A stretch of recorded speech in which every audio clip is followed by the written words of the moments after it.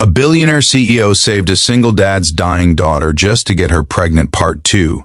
The night everything changed, smelled of antiseptic and rain, and it began with a truth that felt too cruel to exist in the same world as hope.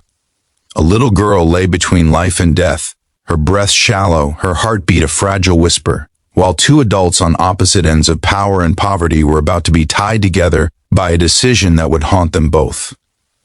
This was not a story about money saving the day.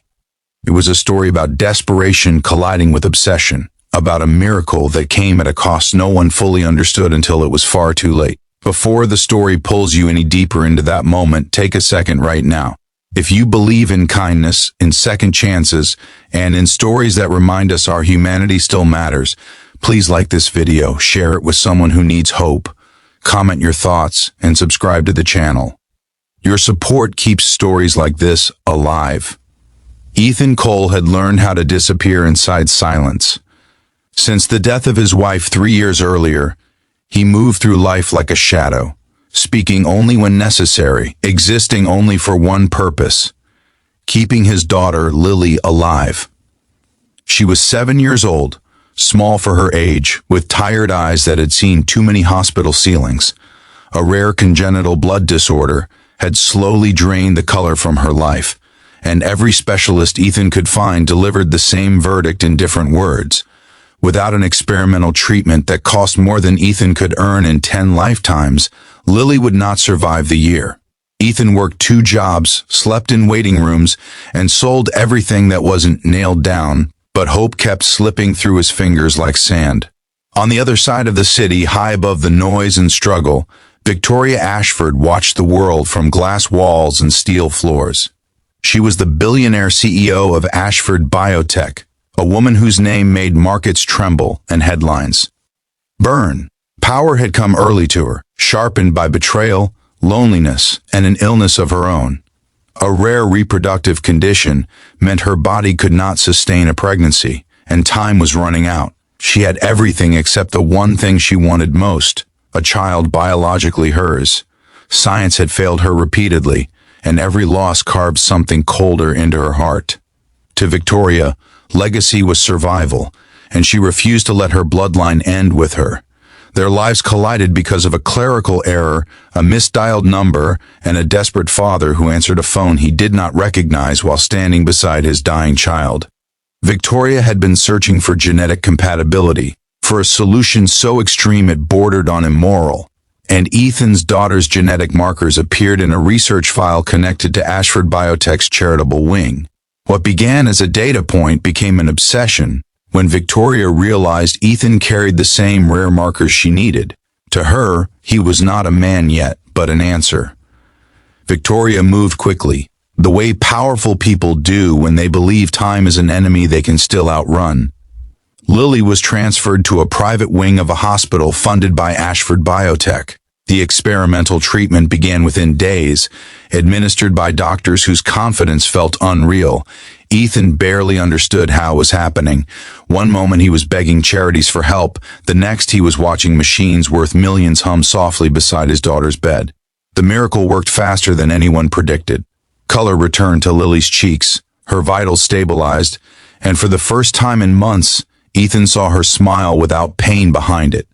But miracles like that never come without shadows. The contract arrived quietly, delivered not with threats but with calm inevitability. Victoria required something in return, something she framed as a partnership, a necessity of science and fate. Ethan was offered a choice that did not feel like a choice at all. Refusal meant the treatment would stop, the funding would disappear, and Lily's condition would return with a vengeance. Acceptance meant agreeing to father a child for Victoria under terms so clinical they stripped the act of any warmth or dignity. It was not framed as love or even desire, but as transaction and survival. Ethan's world collapsed inward. Every instinct screamed that this was wrong, that no parent should be forced to bargain with their body to save their child. Yet every time he looked at Lily sleeping peacefully, alive because of the woman making this demand, resistance felt like murder by another name. He signed with hands that shook, telling himself that sacrifice was what fathers did. He told himself that once Lily was safe, he would endure anything. What he did not expect was the slow unraveling of his own heart. Victoria insisted on proximity, not for intimacy but for control. Ethan was relocated to a guest residence on the Ashford estate, a place so large and quiet it felt unreal. Lily visited on weekends, laughing in gardens she never should have lived to see. Victoria observed them from a distance at first, studying Ethan not as a subject, but as a variable she could no longer fully predict. He was not broken in the way she expected. He carried grief with gentleness, love with exhaustion, and dignity with quiet defiance. For the first time in years, Victoria felt something uncomfortable stirring beneath her precision. Curiosity became admiration, and admiration slowly threatened to become regret. The pregnancy took quickly. Doctors celebrated, shareholders speculated, and Victoria told the world nothing. Inside her, fear and triumph tangled together. She had won, yet every milestone reminded her of the cost. Ethan grew quieter, more withdrawn, his role reduced to a function that haunted him. He avoided mirrors, avoided sleep, and avoided the part of himself that felt complicit. Lily noticed the change, her small hands squeezing his when she sensed the sadness. He tried to hide. As months passed, the power dynamic began to shift in ways neither anticipated. Victoria's health worsened, complications layering atop each other, and for the first time she needed someone without an agenda beside her. Ethan, despite everything, stayed. He helped because he could not abandon someone carrying a life, even if that life came from coercion. In caring for Victoria, he saw the fractures beneath her armor, the loneliness that money had never touched, and the terror of becoming irrelevant in a world that only respected her strength. Near the end of the pregnancy, disaster struck. A sudden medical crisis sent Victoria into emergency surgery, and doctors were forced to make impossible decisions. Ethan waited in a white corridor that echoed with the same fear he thought he had escaped. In that moment, he realized something terrifying and true. If Victoria died, the child would survive, and Lily's treatment would be secure.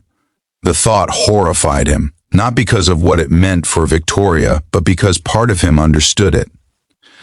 That understanding broke something inside him. Victoria survived, but the experience changed her irrevocably. Facing death stripped away her justifications, leaving only the raw truth of what she had done. She had saved a child by exploiting a father, and no amount of legacy could cleanse that sin. When she recovered, she made a decision that shocked her board, her lawyers, and herself. She rewrote the contract. Lily's treatment would continue for life, funded unconditionally. Ethan would be free to leave, free to disappear back into anonymity, and free to choose whether he remained part of the unborn child's life.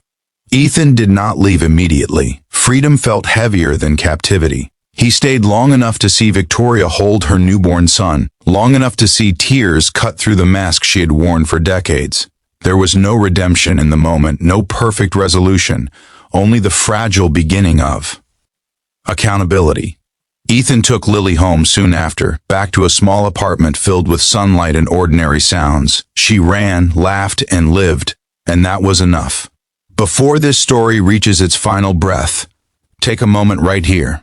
If this journey has moved you even a little, if it has made you think about sacrifice, power, and what love really means, please comment below and tell us how it made you feel.